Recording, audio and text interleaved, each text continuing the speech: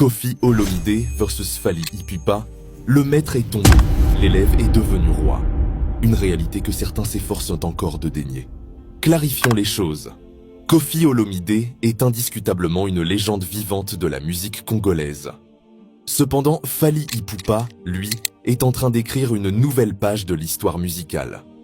En effet, l'élève a non seulement rattrapé son maître, mais il l'a surpassé de manière éclatante.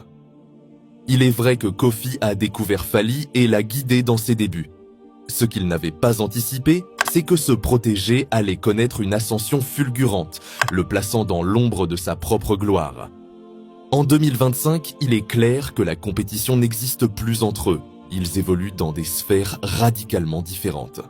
Koffi a rempli une fois Bercy, tandis que Fally fait vibrer des salles comme U-Arena, OVO Arena, Apollo Theater et plus encore. Et cela ne fait que commencer. Ses collaborations avec des icônes mondiales et sa présence dans des médias de renom tels que Forbes, Times Square et Le Monde témoignent de son rayonnement international. Fally, c'est des milliards de streams, des millions de followers, une véritable armée de fans à l'échelle mondiale. Koffi, c'était le visage de l'Afrique à Paris. Fally, c'est l'Afrique, l'Europe, l'Amérique, l'Asie et même l'Océanie. Koffi, respecté, certes, historique, sans doute, mais il est indéniablement dépassé. Fally est l'artiste francophone africain le plus streamé, suivi, certifié et récompensé de tous les temps.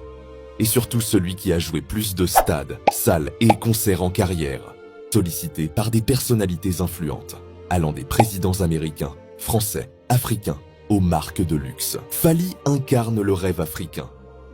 Il est celui que même les Européens souhaitent inviter à leurs événements. Il est le seul francophone africain à se mesurer aux artistes anglophones. En transformant la rumba, il lui a donné une nouvelle dimension, la rendant sexy, bankable et exportable. Fally évolue là où Koffi n'a jamais été. Et probablement ne sera jamais. Koffi a marqué son époque, mais il n'a jamais eu une portée véritablement mondiale. Il a fait rêver une génération, Fally en fait rêver 5 sur tous les continents.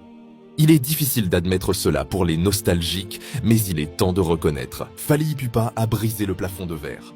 Il a mis fin à l'hégémonie de la vieille garde. Il est devenu le visage de l'Afrique moderne. Et personne n'est en mesure de lui contester cette place, pas même son ancien mentor. Ainsi, rendons hommage au vieux lion. Mais le règne a évolué. La musique congolaise a un nouveau souverain, un nouveau drapeau, et ce drapeau s'appelle Fally Ipupa. Le débat est lancé. Koffi ou Fally? Le passé ou le présent? La légende ou l'empire?